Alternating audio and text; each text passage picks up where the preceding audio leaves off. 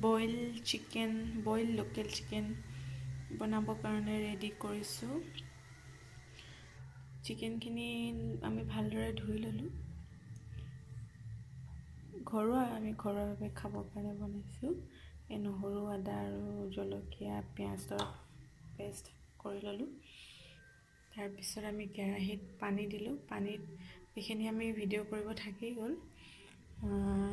পানীত আমি জালুকৰ গুড়ি আৰু ৰেড চিলি মিক্স কৰিলোঁ। এতিয়া আমি এই নহৰু আদা পেষ্টখিনি দি দিম।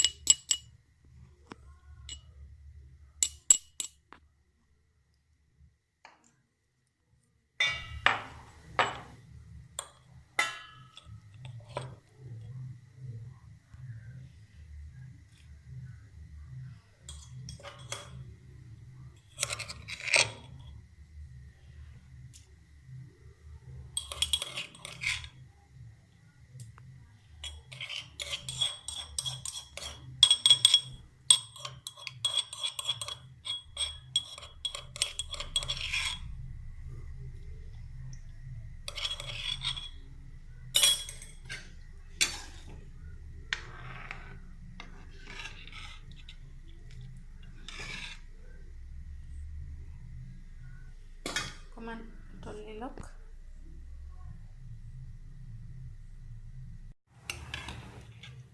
অকণমান লৰাই দিছোঁ। নহৰু, আদা আৰু পিঁয়াজখিনি যে আমি দিলোঁ, অকণমান উতলি লওক।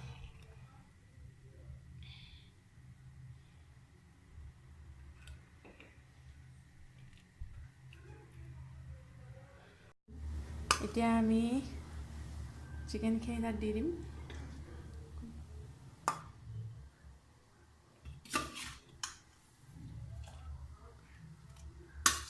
এইটো মোৰ হাজবেণ্ডৰ ৰেচিপি হয়। মোৰ হাজবেণ্ডে বনাই আছে।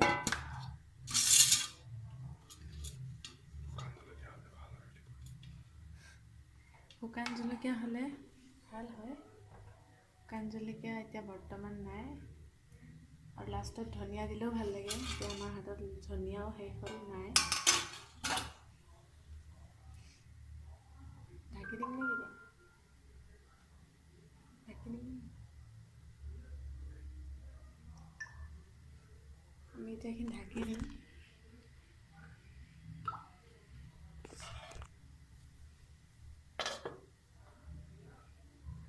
উতলিছে।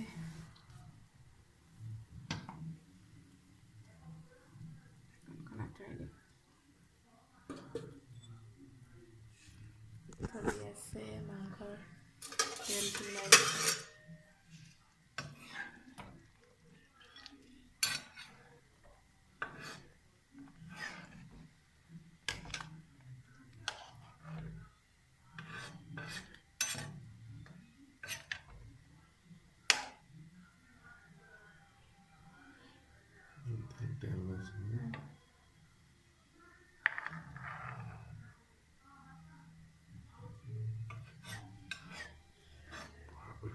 মাংসখিনি উতলি আছে। এতিয়া আমি 15 মিনিটমানৰ পাছত এতিয়া আমি দিম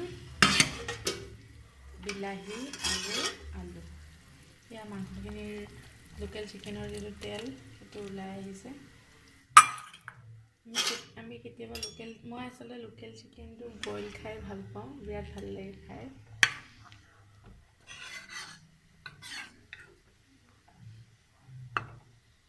আমি নিজে এনেকৈ খাই আপোনালোকেও কেতিয়াবা খাই চাব দেই।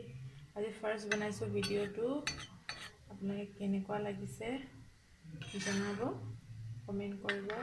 ভাল লাগিলে লাইক কৰিব, শ্বেয়াৰ কৰিব। এইখিনি এতিয়া অলপ দেৰি উতলিব। উতলাৰ পিছত, সিজাৰ পিছত অফ কৰি দিব।